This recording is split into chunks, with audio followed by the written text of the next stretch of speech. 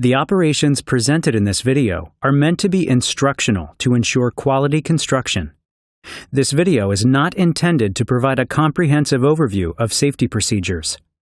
All parties should ensure that they are familiar with and follow all safety requirements, policies, and procedures that apply to their specific operation. Each year, approximately 100,000 disabling injuries and deaths are attributed to work-related falls. According to the National Safety Council, falls are one of the leading causes of death in the workplace. Proper use of personal fall arrest systems can eliminate or reduce injuries and deaths attributed to work-related falls. OSHA Regulation 29 CFR 1926.500 Subpart M requires fall protection when working 6 feet or more above a lower level. The only body wear allowed for fall arrest is a full body harness. Should a fall occur, the body harness distributes the load throughout the body, instead of concentrating the forces on the abdomen, as is the case with traditional body belts. A full body harness should be selected based on the type of work and work environment. Customized harnesses may be required to match a worker's personal needs.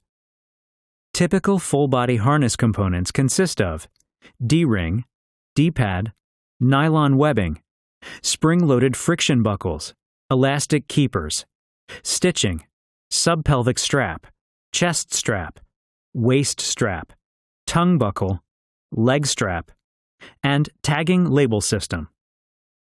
To maintain their service life and ensure performance capabilities, fall protection systems must be inspected for wear, damage, or corrosion before each use. Replace if any defective conditions exist. When inspecting the belts, begin at one end, holding the body side of the belt toward you. Grasp the belt with your hands 6 to 8 inches apart. Bend the belt in an inverted U. This helps make damaged fibers or cuts easier to see.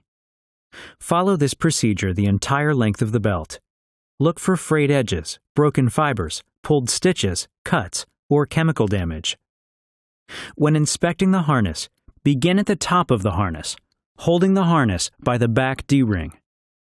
Grasp one strap and run your hand along the entire length. While running your hand along the strap, bend the webbing over your index finger. This helps make damaged fibers or cuts easier to see. Follow this procedure for all shoulder straps, back straps, leg straps, and chest strap. Look for frayed edges, broken fibers, pulled stitches, cuts, or chemical damage. When inspecting the D-rings, check D-rings and their metal or plastic wear pads for distortion, cracks, breaks, and rough or sharp edges.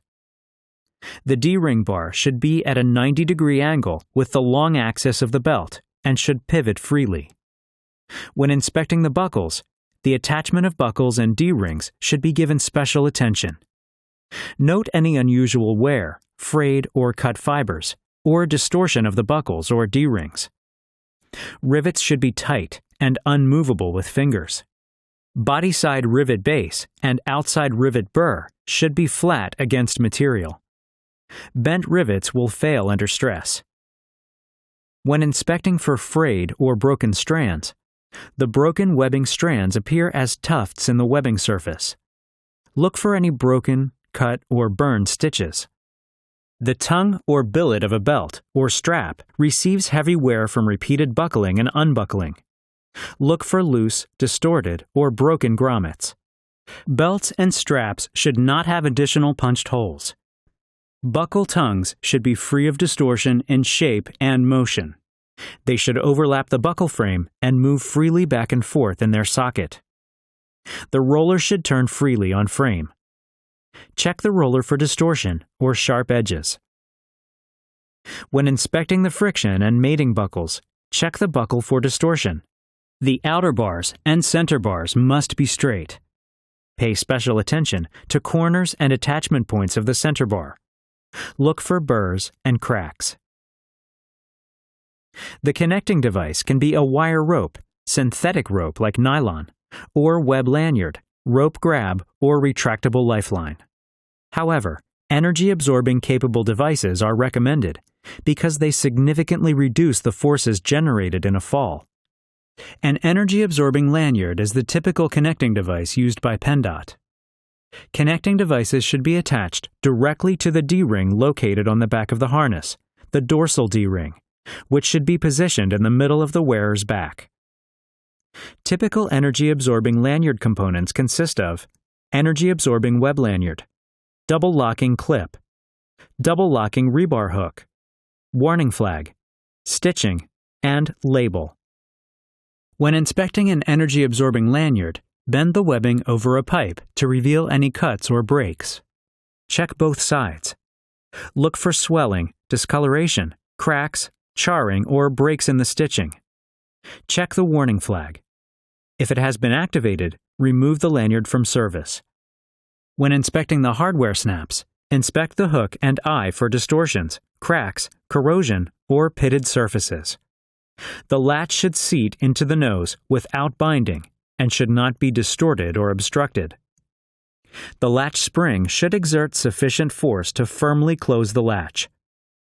Latch locks must prevent the latch from opening when the latch lock is not depressed. PennDOT utilizes various makes and models of full-body harnesses.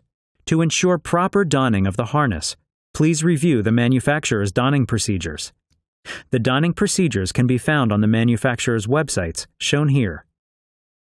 The anchor point must be capable of supporting 5,000 pounds per worker.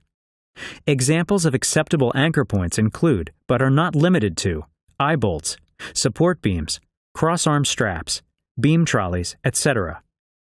Ask yourself this question. If I wouldn't suspend a pickup truck to this anchor point, why would I be willing to risk life by tying off to it? Also, if you are still unsure, find a qualified person to approve the tie-off point.